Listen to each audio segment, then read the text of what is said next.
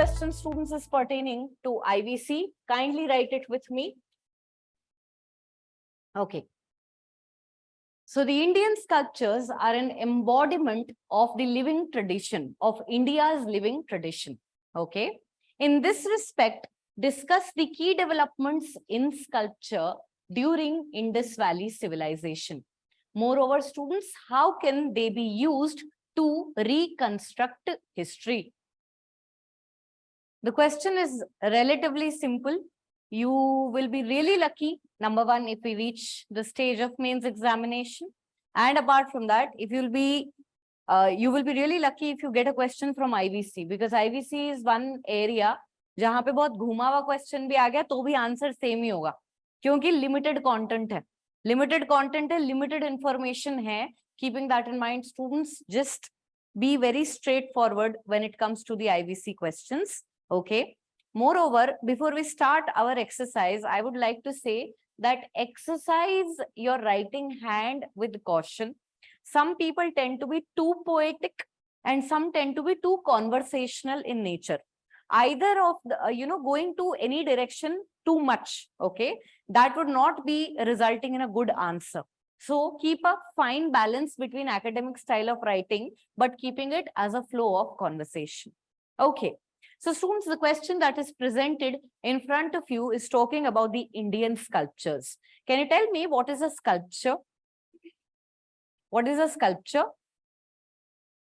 Yes. Murtiyan. Any idol, statue is a sculpture. Okay. Moreover, sculptures can also be wall mounted.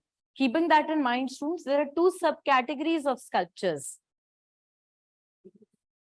Yes, freestanding sculptures and relief sculptures. If you don't know these terminologies, you won't be able to write it. These days, the questions are not pertaining to history, they are pertaining to appreciation of history.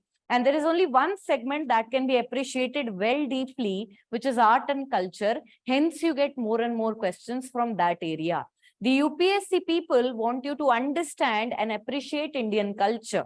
Okay, and this appreciation only comes when you have a factual background already intact. So we have two types of sculptural tradition, students, which is your when we say sculptures, we have two types of sculptures, relief and freestanding. What is a relief sculpture? It is a wall mounted sculpture that may have varying degrees, which may call it a high relief sculpture or a low relief one. Is a high relief sculpture more aesthetic or a low relief one more aesthetic? High relief, why? Why? Depth. What is a high relief sculpture, number one? What is a high relief sculpture? Sorry? More protrusion. Okay. Any sculpture, आपने सांची और बारूद के panels की photos देखी होंगी, ठीक है? When we talk about these sculptures, these are number one relief sculptures because they are embedded in a background. Freestanding sculpture is a statue of Buddha, which we may place right here and we don't need a background to set it. Okay. Keeping that in mind, students, relief sculptures have varying degrees of protrusion. If it is very much embedded with the wall, we say that the artist had an aesthetic quality, but somebody who's able to create something which is coming out in a 3D manner and has more protrusion, then it is a high relief sculpture considered to be of more artistic skill. All right. So here, students, we have two types of sculptures. When I talk about IVC sculptures, are they relief sculptures or freestanding? They are freestanding sculptures. So when you talk about sculptural tradition, if you start by defining sculptures, that would also be a second alternate way. As far as I know, before even seeing your answers, everybody's introduction would be the keyword IVC. Okay, all of you must have defined it by IVC.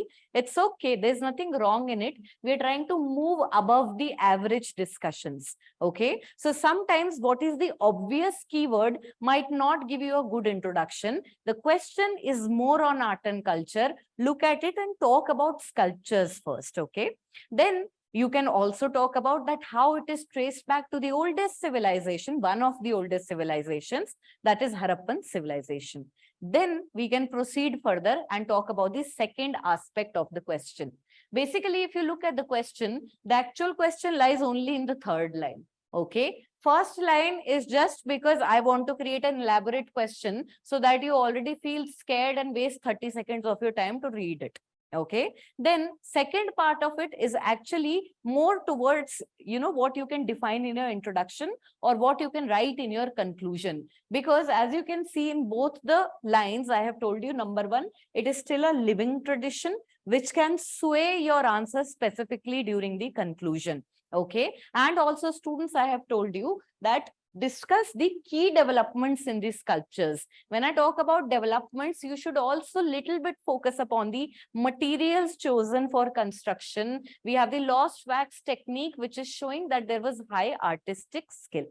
Finally, students, the third aspect is something which I'm pretty sure you all must have had a good analysis of. The seals and the sculptures, students, are reflective of religious history, social history, economic history, and even political history.